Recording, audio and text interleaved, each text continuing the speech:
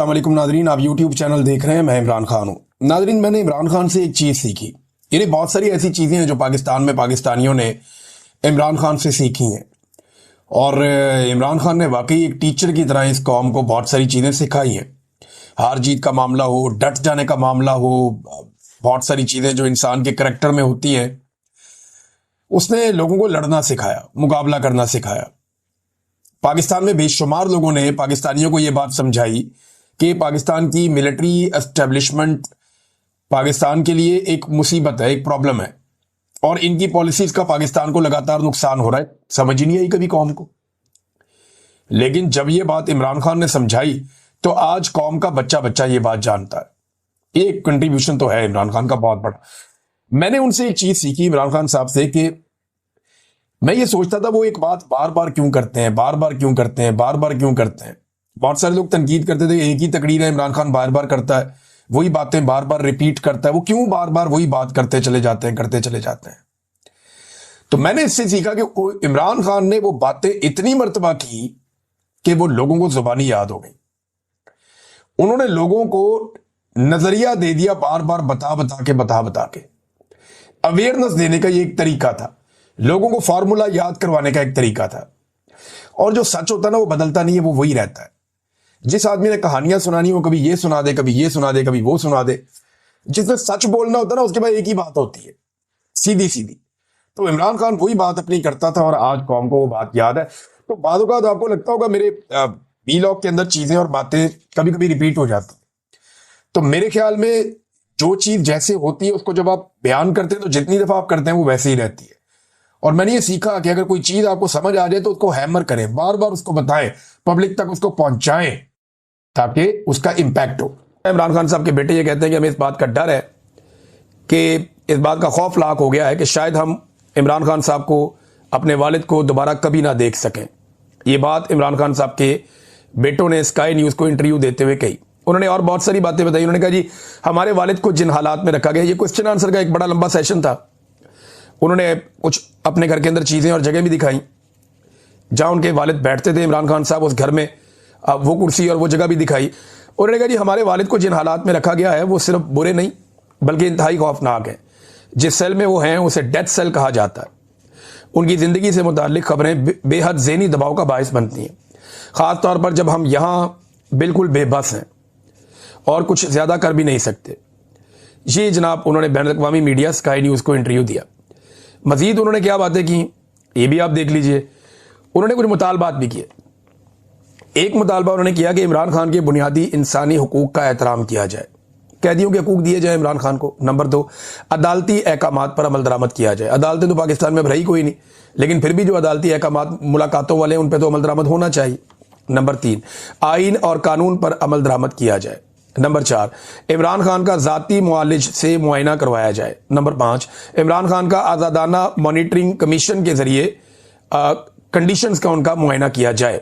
ये जनाब इमरान खान साहब के बेटों ने कुछ मुतालबात सामने रखे हैं जो फौरी तौर पर अगर मंजूर हो जाते हैं तो काफ़ी रिलीफ इमरान खान साहब के लिए और पाकिस्तान तहरीक इंसाफ के लिए हो जाएगा।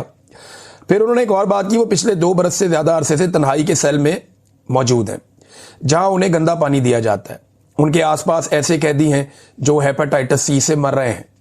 हालात नहायत घिनौने हैं और उन्हें किसी भी किस्म की इंसानी राब्ते से मुकम्मल तौर पर काट दिया गया है। उन्होंने ये भी बताया कि जी हमारा अपना राब्ता हुआ 5 महीना हो गया। अब वो इमरान खान साहब के बारे में उन्होंने कुछ और चीज़ें कही। एक तो क्या इमरान खान डील कर लेंगे, ये सवाल हुआ। तो इससे पहले उन्होंने कहा जी कि हमारे वालिद कहते हैं कि उनका मकसद पाकिस्तान को करप्शन से निजात दिलाना है। जितना हम जानते हैं कि हमारे वालिद यहाँ रहकर हमारे क्रिकेट मैचेस देखें, यानी हम तो ये चाहते हैं कि हमारा वालिद इधर आ जाए, वो यहाँ पे आके हमारे क्रिकेट मैचेस देखें, एंजॉय करें। उनका मकसद इससे बहुत बड़ा है, लेकिन इमरान खान का मकसद इससे बहुत बड़ा है। यानी इमरान खान साहब के बेटे ये नहीं चाहते कि वो पाकिस्तान में आए और आकर कोई पॉलिटिक्स वगैरह करें, लेकिन वो ये चाहते हैं कि उनके वालिद बरतानिया चले जाएं और अपनी ज़िंदगी पुरसकून अंदाज में गुजारें और अपने बेटों को खेलते हुए देखें। और उन्होंने ये भी बताया कि वो प्रोफेशनल क्रिकेट नहीं खेलना चाहते, बस वो अपना एंजॉय करने के लिए क्रिकेट खेलते हैं। उन्होंने कहा कि उनका मकसद बहुत बड़ा है, हम उनके मकसद का एहतराम करते हैं। अपने वालिद से बात ना कर पाना इंतहाई तकलीफ दे है। मैं जानना चाहता हूँ कि हम कैसे मदद कर सकते हैं। नानी के इंतकाल के बाद हमारे वालिद से बात नहीं हुई। वो अपनी वालदा के बाद उन्हें अपनी माँ की तरह समझते थे। अच्छा जी, इसके बाद इन्होंने डील से मुतालिक एक सवाल हुआ कि अगर आप इमरान खान से मिलते हैं तो क्या आप उन्हें कहेंगे कि आपने बहुत जेल गुजार ली है, अब वक्त है जेल से निकलें और डील कर लें। अब आ जाए पाकिस्तान के अंदर कुछ खबरें नाज़रीन, उनमें एक बड़ी खबर जो है वो इमरान खान साहब के हवाले से आलमी अखबारात में लगातार इमरान खान के बारे में खबरें छप रही हैं। टेलीग्राफ ने इमरान खान साहब के बारे में एक मजमून लिखा, उन्होंने कहा जी Imran Khan is in a Pakistan death cell. Imran Khan जो है वो पाकिस्तान के अंदर एक डेथ सेल में है and the cricketing world is silent.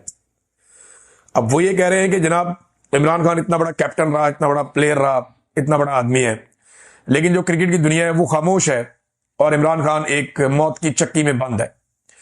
इसके ऊपर पाकिस्तान के अंदर बहुत सारे ऐसे क्रिकेटर्स हैं जिनकी जिंदगियों पर इमरान खान साहब के बहुत सारे एहसानात हैं। बहुत सारे ऐसे लोग हैं जिनको रिजेक्ट कर दिया गया था और सेलेक्टर्स ने कहा था ये कभी क्रिकेट नहीं खेलेंगे, लेकिन इमरान खान साहब को उनके अंदर कुछ नजर आया और उन्होंने उनको टीम में शामिल किया, उनको मौका दिया। आज वो लोग भी नहीं बोलते बदकिस्मती से।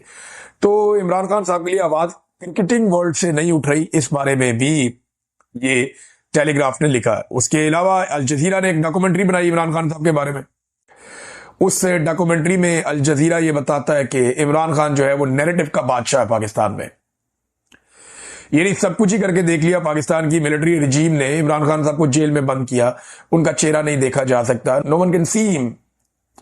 और बात सिर्फ इतनी सी है कि out of sight out of mind, कि जो आदमी आपको दिखाई नहीं देता वो आदमी आपके दिमाग में नहीं आता, उस आदमी को आप भूल जाते हैं। तो इतनी सी बात है और इसको वो कोशिश कर रहे हैं पाकिस्तान में इंप्लीमेंट करने की कि इमरान खान की आवाज भी कोई ना सुने, उसकी शक्ल भी कोई ना देखे। सायरा बानो साहिबा बड़ी अच्छी पॉलिटिशियन है, बड़ा खुलकर बात करती हैं। उन्होंने एक ट्वीट किया बड़ा इंटरेस्टिंग। उन्होंने कहा जी आप भी खुलकर सामने आ जाए ना, ये वाडा और मुनीफ फारूक जैसे लोगों को ना भेजा करें। असेंबली में ऐसी मनहूस शक्लें लेकर आ गए हैं जिनको गली का कुत्ता भी ना जानता हो, गोद में नहीं जूतों में बिठाया है। एक पार्टी एक जूते में और दूसरी पार्टी दूसरे जूते में। ये जनाब एस्टेब्लिशमेंट को सायरा बानो साहिबा ने मशवरा दिया कि आप ही आ जाओ। थोड़ा अर्सा पहले डीजी साहब गाली वाली भी देकर गए हैं, काफी बड़ी एक उन्होंने प्रेस कॉन्फ्रेंस की है जो सारी की सारी सियासी प्रेस कॉन्फ्रेंस थी और एंड में कह दिया जी फौज को सियासत में ना घसीटें। तो सायरा बानो साहिबा ने मशवरा दिया कि आप ही आ जाओ, इधर उधर आप क्या देखते हैं। नाज़रीन, जनरल बाजवा पे सिस्टम हाथ नहीं डाल रहा, यानी असल में तो हाथ डालना चाहिए जनरल बाजवा पे, लेकिन जनरल बाजवा पे सिस्टम हाथ नहीं डाल रहा। वजह क्या है? वजह है जनरल बाजवा का साबिक आर्मी चीफ होना। पाकिस्तान की मिलिट्री एस्टेब्लिशमेंट में एक चीज तय है कि कोई भी चीफ माजी के किसी भी चीफ के खिलाफ किसी किस्म की कोई कानूनी कार्रवाई नहीं होने देगा। इमरान खान साहब के हवाले से इंपॉर्टेंट खबर है। सबसे पहले आज़ाद कश्मीर में बात करते हैं, लेकिन आज़ाद कश्मीर की जानिब तो आज़ाद कश्मीर में राब्ते का ब्लैकआउट हुआ था 28 तारीख को। 29 को इन्होंने ऐलान किया था कि हम अवामी एहतजाजी तारीख उठाएंगे, हमारे जायज़ मुतालबात हैं, एस्टेब्लिशमेंट यहाँ पे गंद मारना बंद करे, अवाम को हुक्मरानी का हक दिया जाए। जमहूरियत के लिए बात कर रहे हैं, अपने हुकूक के लिए बात कर रहे हैं और पुरअमन एहतजाज कर रहे हैं। तो एक दिन पहले ही इंटरनेट बंद कर दिया गया था, वहाँ पे तमाम राब्ते बंद है, इंटरनेट बंद है, मोबाइल फ़ोन बंद है, बाकी सर्विसेज भी बंद है। आप अगर कश्मीर में हैं तो आपके लिए बाहर इंफॉर्मेशन निकालना बहुत मुश्किल है। लोग बड़ी मुश्किल से वहाँ से इंफॉर्मेशन बाहर निकाल पाते हैं और बहुत कम ऐसा बंदोबस्त है कि मालूमात जल्दी से अब राय रास्त आ जाएं। अब हुआ यह है कि आज़ाद कश्मीर से रिपोर्ट हो रहा है कि लगातार जगह जगह फायरिंग हो रही है और पूरे आज़ाद कश्मीर के अंदर शेलिंग और फायरिंग जारी है। दूसरी जानिब से मुजाहिरीन जो है वो पथराव करते हैं पुलिस के ऊपर, सिक्योरिटी फोर्सेस पे, एफसी पे, रेंजर्स पे। तो मुजाहिरीन जो है वो पथराव करते हैं, जवाब देते हैं, रुकावटों को हटाते हैं ज़बरदस्ती, जबकि पुलिस और सिक्योरिटी फोर्सेस जो है वो गोली चलाते हैं और शेलिंग करते हैं। और ये सिलसिला जारी है, अब 3 दिन हो गए हैं। डोडियाल में एक नौजवान शहीद हुआ, पहले ये इत्तला आई, ये मैं आज की बात आपको बता रहा हूँ, ये उमर नज़ीर कश्मीरी साहब ने ये बताया। फिर धीरकोट में 2 अफराद के शहीद होने की इत्तला आई और वहाँ कई लोग ज़ख्मी हो गए, ये इब्तदाई इत्तलात है। मुजफ्फराबाद में वहाँ पे जो जर्नलिस्ट है उन्होंने क्लेम किया कि 2 लोग वहाँ पे शहीद हो गए। फिर मुजफ्फराबाद में कल भी एक शहादत हुई थी। तो कश्मीर में जगह जगह फायरिंग हो रही है, बाग में भी शदीद फायरिंग की इत्तलात आई है।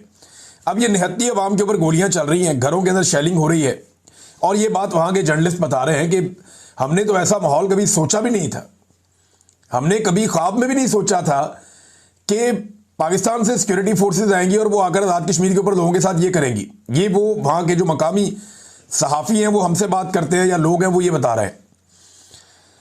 निहत्ती अवाम के ऊपर गोलियां चल रही हैं और ज़्यादा लोग ये शिकवा कर रहे हैं, बार बार कह रहे हैं कि कर्नल फाइक को जब से वहां पे लाया गया है, ये लाहौर में होता था कर्नल फाइक, इसको अब मेरे ख्याल ब्रिगेडियर बना के वहां ले जाया गया है। इसके खिलाफ लोग बहुत बात कर रहे हैं और वो ये कह रहे हैं कि ये मुजफ्फराबाद में बैठ के ये हालात पैदा कर रहा है। देखिए, एक ऑफिसर ये सारा कुछ करता है, गंद एक ही बंदा डालता होता है और जो मलबा है उसके नीचे पूरा इदारा दबा रहता है।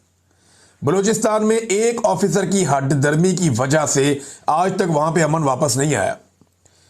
और इसी तरह जो भी आज आज़ाद कश्मीर में हो रहा है, ये जो भी करवा रहा है या जैसे भी हो रहा है, ये अगर बदअमनी पैदा हो गई और मुस्तकिल हो गई तो फिर क्या करेंगे आप? आपने मकबूजा कश्मीर के अंदर हालात नहीं देखे? भारत कितना जुल्म और जबर करने के बावजूद उन्हें नहीं दबा सका। आज उस तरह के मनाजिर जो है वो हम आज़ाद कश्मीर में देख रहे हैं बदकिस्मती से। एक ऑफिसर की बेशर्मी की कीमत जो है वो बलूचिस्तान आज तक उठा रहा है। सीखने का मौका है, कुछ सीख ले, लेकिन मोटी खोपड़ी में बात घुसती ही नहीं है। अब नाजरीन, जो मुतज़ाद इतलात आ रही हैं और अनकन्फर्म्ड इतलात है, अभी तक ये कन्फर्म नहीं है, लेकिन जो एक तंजीम है अवामी एक्शन कमेटी, उनके जो पेजेस हैं उनके ऊपर जो खबरें आ रही हैं वो बड़ी खौफनाक हैं। और ये जो खबर है ये सुराब बरकत साहब ने भी शेयर की और कुछ लोगों ने की। तो ये खबर बता रही है कि अब तक 11 अफराद शहीद हो गए हैं और लगभग 150 के करीब अफराद जख्मी हो गए हैं। ये इनको गोलियां मारी गई हैं। और अगर ये हो गया तो इसका मतलब है तो 26 नवंबर वाला काम हो गया आज़ाद कश्मीर में भी। कश्मीर में और पाकिस्तान में फ़र्क ये है कि पाकिस्तान में गोली चलती है या गोलियां चलाई जाती हैं तो लोग वो जगह छोड़ जाते हैं, वहां से अपने जख्मियों को उठाते हैं, वो जगह खाली हो जाती है। लेकिन आज़ाद कश्मीर में लोग इलाका खाली नहीं कर रहे, लोग अपने जख्मियों को हटाते हैं, थोड़ा पीछे हटते हैं, दूसरी तरफ से फिर आते हैं, क्योंकि वो हर हाल में इस लड़ाई को जीतना चाहते हैं। वो ये चाहते हैं कि पुरअमन तरीके से रियासती जबर का मुकाबला करते हुए किसी ना किसी तरह अपने हुकूक हासिल कर लें। एक तरफ मुज़ाकरात की बात की जाती है, दूसरी तरफ स्टेट बुलेट चलाई जा रही हैं, लगातार गोलियां चल रही हैं। और उसके अंदर बाकायदा अब तो विजुअल्स आ रहे हैं कि लाशें पड़ी हुई हैं, बंदे उठा के ले जाए जा रहे हैं। एक जगह से विजुअल्स आए, वहां पे वो पुलिस वाले को गोलियां लग गई। एक दो पुलिस वालों को बताया जा रहा है, एक के तो विजुअल भी मैंने देखे हैं, उसको गोली लग गई, वो बेचारा पड़ा हुआ है वहां पे। और जो मुजाहिरीन है वो उसे अपने कंधों पे उठा के अस्पताल पहुंचा रहे हैं। और मुजाहिरीन ने बताया कि जनाब ये पुलिस वाला एफसी को मना कर रहा था कि गोलियां मत चलाओ, एफसी ने इतनी गोली चलाई इसको भी गोली लग गई। और अब ये पुलिस वाला डाल दिया जाएगा मुजाहिरीन के खाते में जो उसको अस्पताल पहुंचा रहे हैं। जो अवामी एक्शन कमेटी के एक रहनुमा है उन्होंने बताया और मीडिया के ऊपर बताया कि सीएमएच के अंदर हम लेकर गए अपने जख्मियों को, डॉक्टरों ने इलाज करने से इनकार कर दिया और उन जख्मियों में से भी एक शहीद हो गया। और वो सर पकड़ के बैठे हुए थे कि ये क्या हो गया, डॉक्टरों ने तो हलफ लिया इंसानी जान बचाने का, वो कैसे कह सकते हैं कि हम इसका इलाज नहीं करते और हम इसका ख्याल नहीं रख सकते। अब वो बंदा शहीद हो गया, उसके ऊपर भी बड़ा गमो गुस्सा है। बार बार पुलिस वाले भी मना कर रहे हैं, लेकिन सिक्योरिटी फोर्सेज जो बाहर से आई उनको समझ नहीं आ रही। इस्लामाबाद पुलिस के बहुत सारे एहलकार यरगमाल बन गए, शहरियों ने उनको पकड़ लिया। वो डरे हुए थे, लेकिन उसके बाद शहरियों ने उनको बाहिफाजत वहां से निकाला और इस्लामाबाद का रास्ता दिखाया कि जनाब आप इस्लामाबाद वापस जाएं, आपका यहाँ कोई काम नहीं है, हम यहाँ पे एहतजाज कर रहे हैं यहाँ की जाली हुकूमत के खिलाफ और उनसे हम अपना हक लेंगे। आपको याद होगा नादरीन, इस्लामाबाद में जब 25 नवंबर की रात काफिला पहुंच रहा था, 25-26 की रात, तो उस वक्त खबर आई थी कि 4 रेंजर्स एहलकार हमारे जो है वो शहीद हो गए। अब हमारे जो रेंजर्स एहलकार वहां पे शहीद हुए थे ना, वो एक तेज रफ्तार गाड़ी ने उनको टक्कर मारी थी और हादसे के अंदर शहीद हो गए थे। बाद में वो लड़का भी पकड़ा गया, उसका पाकिस्तान तहरीक इंसाफ से ताल्लुक भी कोई नहीं था, उसने एतराफ़ जुर्म भी कर लिया, वो मामला भी खत्म हो गया। लेकिन उसकी एफआईआर और सारा मामला उठा के पाकिस्तान तहरीक इंसाफ के खाते डाल दिया गया और हुक्मरानों के बयानात तक आ गए और आज तक वो जो टाउट सहाफ़ी हैं वो पीटीआई के खाते में डालते हैं। इसी तरह जो एफसी ने गोली चलाई और वो पुलिस वाले को लग गई, मुजाहिरीन उसको उठा के कंधे के ऊपर लेकर जा रहे हैं। अगर वो पुलिस वालों के साथ होता तो पुलिस वाले लेकर जा रहे होते, लेकिन ये भी कोशिश की जाएगी इनके कंधे पे ही डाल दिया जाए। तो नाज़रीन, लगातार वहाँ से जो इतलात आ रही हैं वो अच्छी नहीं है, वो ख़तरनाक इतलात हैं, लगातार आ रही हैं आज़ाद कश्मीर से, और हालात मज़ीद ख़राब होते चले जा रहे हैं। ये कश्मीरी अभी तक डटे हुए क्यों हैं, ये सोचा आपने? क्योंकि ये लीडरलेस हैं।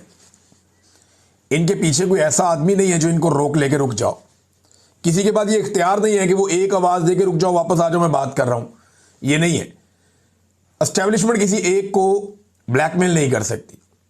यानी मिसाल के तौर पे इनके साथ गंडापुर नहीं है, यानी इमरान खान साहब गंडापुर को बंदे देके भेजते हैं ना अपने, वो 1-1.5 लाख बंदा, और ये इतने 1-1.5 लाख बंदे नहीं है, ये हर जगह थोड़े थोड़े लोग निकले हुए हैं।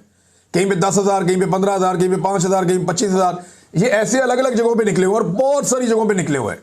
तादाद तो इनकी बहुत ज्यादा है, लेकिन अभी ये इकट्ठे हो रहे हैं, मुजफ्फराबाद की तरफ आगे बढ़ रहे हैं, और सरकार पूरी कोशिश कर रही है ये मुजफ्फराबाद में दाखिल ना हो सके, क्योंकि सरकार ये जानती है कि जब ये मुजफ्फराबाद में दाखिल हो गए तो इनके पास लाशें हैं अब, और हमने इनको लाशें दे दी हैं, ये बहुत गुस्से में हैं, तो इनका मुकाबला नहीं किया जा सकेगा।